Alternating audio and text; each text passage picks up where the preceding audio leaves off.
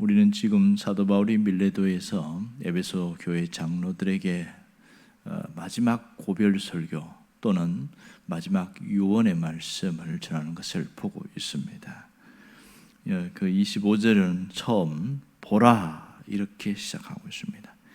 이 보라는 단어가 헬라어 이두라는 건데 종종 성경에서 많이 나옵니다. 오늘 본문에도 2번이나 나옵니다. 22절에도 보면 보라 이렇게 나오고 오늘 또 25절에도 보라 이렇게 나옵니다. 자, 이 헬라어 이두라는 단어는 감탄사입니다. 그러면서도 지시불변사 이렇게 용법으로 표현하는데요. 세 가지 경우에 이것을 씁니다. 하나는 상대방의 이목을 집중시킬 때 보라 이렇게 말합니다. 또 하나는 경각심을 일깨울 필요가 있을 때에 쓰고, 세 번째는 자신이 하는 말을 강조할 때 이 말을 씁니다.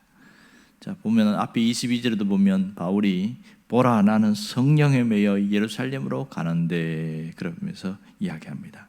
이 말은 바울이 고린도를 지나오면서 베레아, 데살로니가, 빌립보, 드로아까지 오는 동안에 성령께서 끊임없이 나에게 이야기한 것이 있다. 그것은 예루살렘에 갈 때에 결박과 환난이 기다리고 있다. 그 얘기를 했다는 것을 다시 한번 강조하는 부분이 22절입니다. 그런데 오늘 여기 보면 헬라어와 순서가 다른 게 뭐냐면 보라 하고 우리는 맨 끝에 보면 다시는 내 얼굴을 보지 못할 줄 아노라 이렇게 나오는데, 헬라어 단어를 보면 이 단어가 제일 첫머리에 와 있습니다. 뭐라고 했냐면 보라 나는 알고 있다 이렇게 말합니다. 그러니까 무엇을 강조하는지 알 수 있겠지요. 오늘 이 보라 이렇게 말한 것은 먼저 바울 자신의 굳은 결심을 강조하기 위함인 것이 맞습니다. 그는 이 세상을 영원히 이별하는 것을 이 지금 에베소 교회 장로들이 아직 잘 모르고 있어요. 못 느끼고 있어요. 그냥 바울이 하는 설교로 듣고 있어서 보라 이렇게 강조한 겁니다. 그것은 그들에게 경각심을 일깨워 주려는 것이 하나가 있습니다. 자, 보라는 세 가지 쓰인다고 그랬잖아요. 하나는 이목을 집중시키든지 아니면 강조를 하든지 아니면 경각심을 깨워주는데, 바울이 이렇게 나는 알고 있다 이러면서 1인칭 주어를 사용하면서 보라 이렇게 한 이유가 뭘까요? 그것은 다시는 내 얼굴을 못 볼 것이기 때문에, 여러분들이 내 얼굴을 못 볼 것이기 때문에 그렇습니다. 이렇게 표현하고 있습니다. 여기서 보면 바울은 이 세상에서의 영원한 작별, 죽음을 얼굴로 표현하고 있습니다. 다시는 얼굴을 보지 못한다 이렇게 얘기하고 있어요. 자, 여기에서 살아있는 사람에게 얼굴은 자신의 정체성을 드러내는 절대적인 기준입니다. 이 얼굴의 본뒷말은 얼꼴입니다. 얼꼴, 사람 얼굴은 그 사람의 모습, 그런 뜻이죠. 그래서 바울은 이 얼굴은 몸의 일부가 아니라 전부라는 것을 이야기를 하고 있습니다. 여기서 얼굴을 보지 못한다는 것은 죽음을 이야기합니다. 오늘 중요한 것을 오늘 보여주고 있는 것은 누구나 이 세상에 사람들은 반드시 작별을 하게 되어 있다. 그 얘기를 바울이 하는 말에서 깨달을 수가 있습니다. 멀리서 가끔 보던 사람이든지 가까이 있는 사람이든지 한 번은 반드시 작별을 하게 되어진다. 이걸 이야기합니다. 이 죽음이라는 것을 통과하게 될 때는 똑같은 얼굴이지만 사람이라고 표현하지 않고 표현이 달라집니다. 시체라고 말을 합니다. 이 죽음은 그만큼 우리의 모든 것을 갈라놓습니다. 여러분, 죽은 사람의 얼굴을 다시 볼 수 없기 때문에 그 사람의 입에서 나오는 말을 들을 수는 당연히 없는 것이지요. 당연히 죽은 사람의 얼굴은 다시 볼 수 없기 때문에 그 사람의 귀에 어떤 것도 담아줄 수도 없고 내가 아무리 좋은 이야기를 해도 들을 수가 없는 것이 현실입니다. 여러분, 얼굴을 보지 못한다는 것은 마지막 작별을 말하는구나, 죽음을 말하는구나, 그걸 이야기합니다. 그래서 아무리 애타게 그리워해도 작별은 이렇게 얼굴을 보지 못하는 상황, 그것은 그 사람 전체를 말하는 것이죠. 여러분, 우리는 모두가 한 번은 죽는 것은 알고 있습니다. 그러면서 죽음을 알고 있으면서도 우리는 그 죽음을 그렇게 크게 생각하지 않고 살아갑니다. 그래야 오늘을 잘 살아갈 수 있으니까요.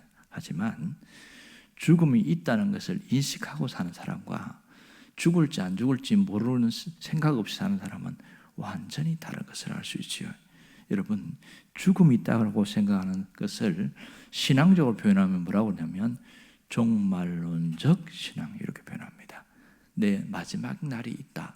그러면 사는 게 달라요.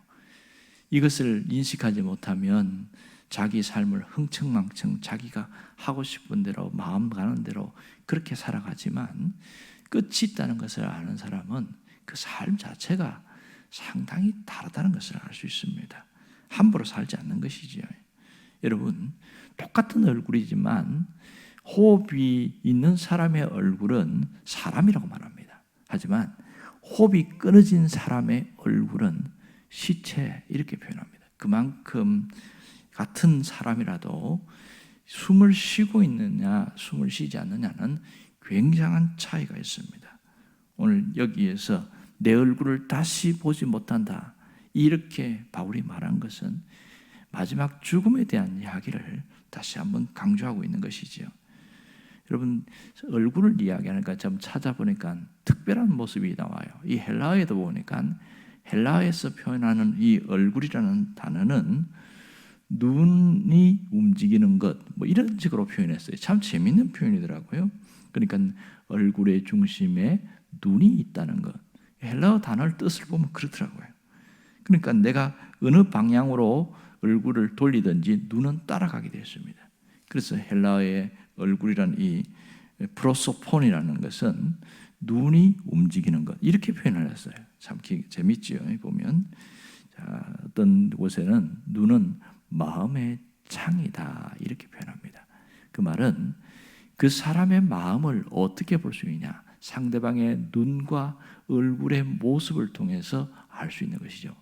지금 저 사람이 기분이 좋구나, 나에 대해서 호감을 갖고 있구나, 아니면 상당한 이 불만을 갖고 있구나, 그 사람의 마음을 읽을 수 있습니다. 또한 우리도 내 마음을 전달할 때에 말로서는 위선이 될 수 있지만 얼굴은 진실하거든요. 그러니까 사람들은 어떻게 프로파일을 하는 범죄자들이나 그런 사람 볼 때 제일 먼저 보는 게 얼굴이랍니다. 얼굴을 보고 표정을 보고 손발의 움직임을 보고, 그렇게 해서 이 사람이 진실을 말하는지 거짓을 말하는지를 그렇게 본다는 겁니다. 하지만 호흡이 끊어지는 순간 눈이 닫혀버립니다. 그리고 모든 것이 정지해버리는 것이죠. 오늘 여기에서 바울이 여러분이 나의 얼굴을 다시 보지 못할 것입니다, 그 말이 의미하는 바를 잘 깨달아야 됩니다. 그것은 오늘 우리 심령에 무슨 메시지를 주기를 원하느냐, 이 1차적으로 에베소 교회 장로들에게 뭐라 하냐면 내 얼굴을 똑바로 보라는 거예요. 내가 어떻게 살아왔는지를 보라는 겁니다. 그리고 여러분들도 나처럼 살아가기를 바랍니다. 이것이 이 말씀에 담겨 있는 의미입니다. 그러므로 이 바울이 25절에 보면 이렇게 말하지요. 내가 사람들을 찾아다니며 하나님 나라를 전하는 그 얼굴을 여러분들이 기억해 주세요. 그런 뜻인 것이죠. 결국 복음의 파수꾼, 복음을 전하는 파수꾼의 얼굴로 살아온 바울의 모습을 기억하라, 그런 뜻이 되겠죠. 그렇다면 오늘 우리도 어떻게 살아야 하는지 분명해지는 겁니다.